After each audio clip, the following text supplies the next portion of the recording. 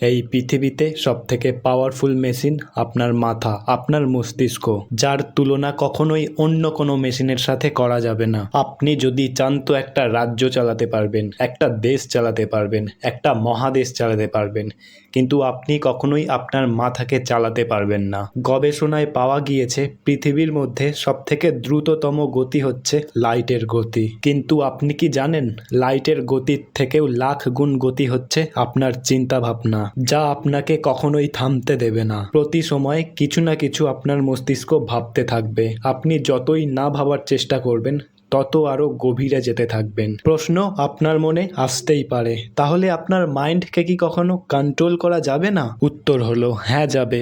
Meditation একমাত্র উপায়, যে উপায়ের মাধ্যমে আপনি যদি চান শুধু আপনার মাথাকে না, আপনার চারপাশের মানুষজনকেও চাইলে আপনি কন্ট্রোল করতে পারেন। আপনার মাথার মধ্যে যে সমস্ত নেগেটিভ চিন্তাভাবনা প্রতিনিয়ত ঘুরে বেড়াচ্ছে, সেগুলোকে আপনি যদি চান তো মেডিটেশনের মাধ্যমে কন্ট্রোল করতে পারেন। অনেক মানুষ আছে যারা নিজের চিন্তাভাবনাকে কখনোই কন্ট্রোল করতে পারে না, ফলে তারা ওভার থিঙ্কিং শুরু করে, যার ফলে শরীরের মধ্যে নানা প্রবলেমে দেখা দিতে থাকে। মনে রাখবেন, 24 ঘন্টা মানে এক দিনের মধ্যে অন্তত পক্ষে 7 থেকে 8 ঘন্টা ঘুমের খুব দরকার আমাদের হিউম্যান বডিতে। সেখানে এখনকার জেনারেশনে তার তুলনায় অনেক ঘুম কমে গিয়েছে মানুষের। ঘুমানোর আগে কখনোই ফোন ঘাঁটবেন না, অন্তত পক্ষে 1 থেকে 1.5 ঘন্টা আগে ফোন বন্ধ করে রেখে দেবেন। ঘুমানো মানে আপনার মস্তিষ্ককে রেস্ট দেওয়া, আর আপনার মস্তিষ্ক যত রেস্ট পাবে তত নতুন কিছু ক্রিয়েটিভিটি চিন্তা ভাবনা ভাবতে থাকবে। পৃথিবীতে ঋষিমুনিরাই আছে যারা নিজের চিন্তা ভাবনাকে কন্ট্রোল করতে পারে,